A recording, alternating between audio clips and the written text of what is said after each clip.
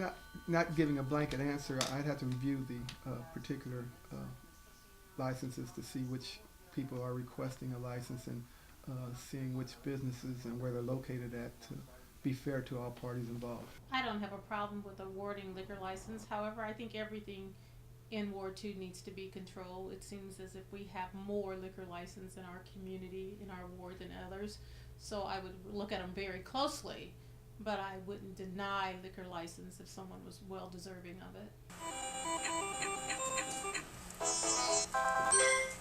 Well, it seems like video gambling's here to stay, so if it's here to stay, let's embrace it. But most of all, let's embrace the monies that we're raising from that. So those monies are supposed to come into the individual wards and they're going to be used for infrastructure. Then when those monies do start coming in, then we would like to see our share of those monies put in Ward 2 so that we can address our infrastructure needs over here. It occurs to me, not necessarily, there might be a lot of residents of Ward 2 who might be gambling, but not necessarily gambling in Ward 2. They might go into some of the other wards and still be spending the money there. That could be a fact, and then which leads me to the true answer is the revenue is going to be shared throughout the city. So we have to do that appropriately through the whole city of Springfield. That's why it's called Springfield and not just East Springfield. I didn't have any problems with video gambling taking place in our ward, but I wanted to ensure that we got our fair share because the money that comes from gambling, it goes into a pool and it's divided based on needs.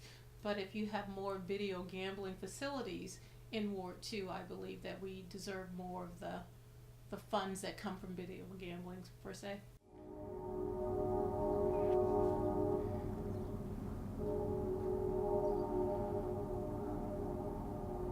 For now, the decision has been made to consolidate the 3rd Street tracks with the 10th Street tracks, and then modify the certain areas, Cook Street, South Grand, North Grand, and I think there's Ash Street and Carpenter Street is currently undergoing the renovation for the overpass there.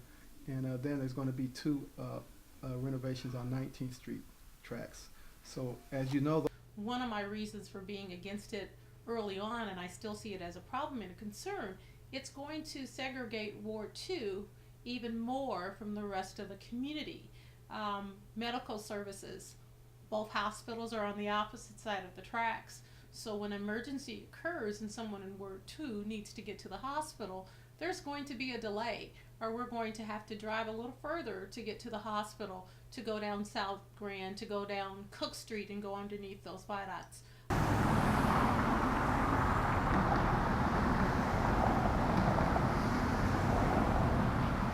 So if a residency rule were to be put into place, in terms of new jobs, in particular higher level jobs like management jobs, are there people in Ward 2 that would be ready to take those jobs? And if not, what could be done to make them ready? there are a lot of educated people in Springfield that could be willing and probably would be willing to take those positions, but you know, you'd have to again advertise the jobs and see who came forward with the appropriate credentials.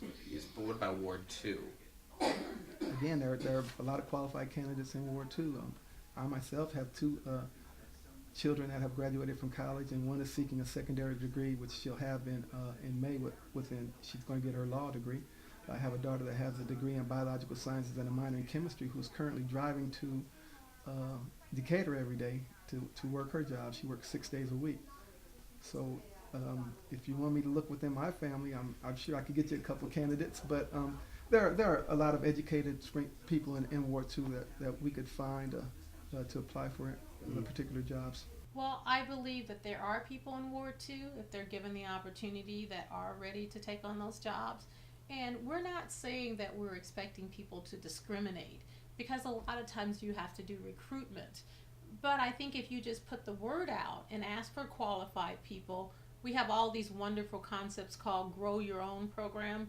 Well, we've grown our own. We've gone away to college and gotten ourselves educated and come back and still don't qualify for a lot of those jobs. So I think by putting that residency requirement on there, that will allow people who live within the community a first opportunity to bid on those jobs. And then, of course, if you can't find anyone within the community, then you recruit outside. If someone already has the job, I wouldn't expect you to fire that individual, but as that individual retires or moves away or whatever the case may be, when you repost that position, that you would try to find someone within the city